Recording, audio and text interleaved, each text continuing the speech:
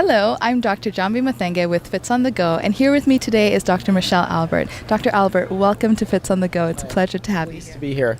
Good morning. I'm pleased to be here. Nice to meet you.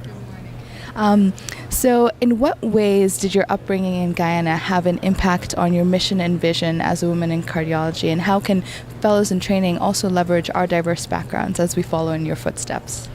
It is fundamental. My background is growing up in the Caribbean and South America and Guyana is fundamental to my vision for my life.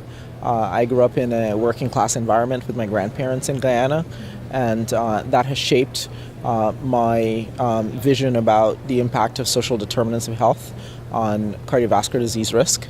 And it's also shaped my drive to succeed and the understanding the importance of traditional training, collaborating with non-traditional training. And what I mean specifically by that is I have a background in chemistry, for example, and biochemistry that has ultimately parlayed into looking at cardiovascular risk biomarkers and how those biomarkers are affected by social determinants of health. So for me, that was a natural transition and entirely shaped by my upbringing and recognition that social factors are really important in our well-being and longevity. In what ways can fellows in training also leverage our diverse backgrounds as we try and follow in your footsteps?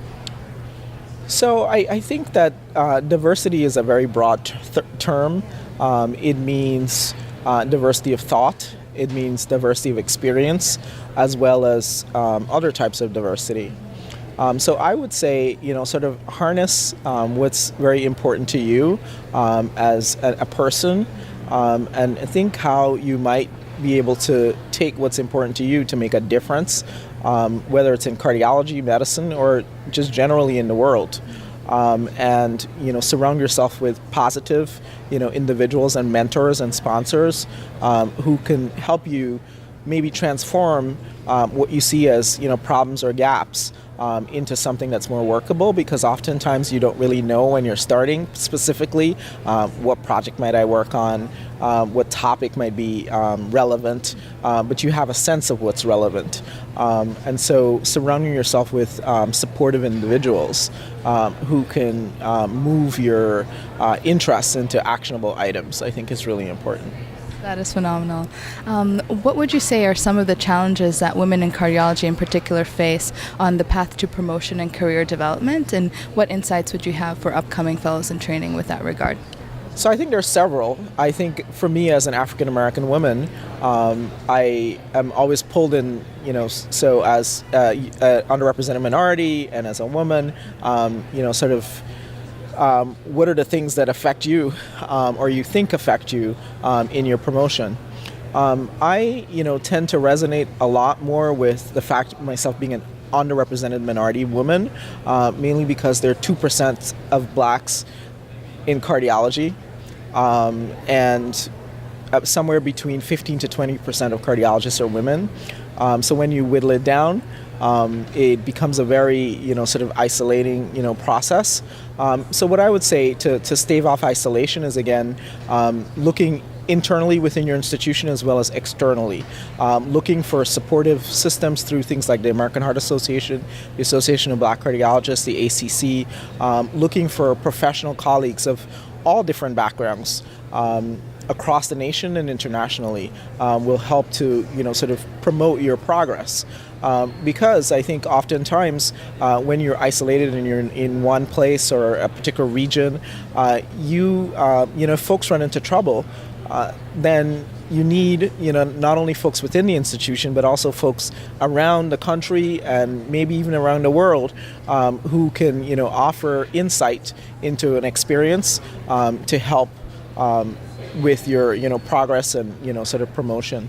I think that women in cardiology also face the challenges of being in now a sandwich generation where they may be having to take care of children and also take care of aging parents and family members, and that is a unique position that sort of women tend to experience more than men, and tend to pull them away from things like cardiology, and also certainly pull them away from the physician scientist or even the clinician educator pathway that are fairly common in academic institutions.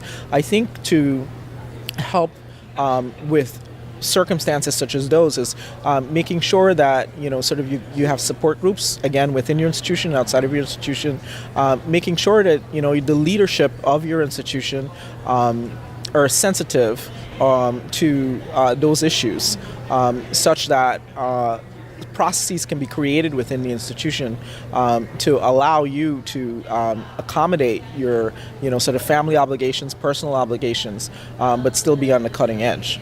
I think that it's important to have a mentor, several mentors, several sponsors, have a career coach, also as part of your to help build your portfolio.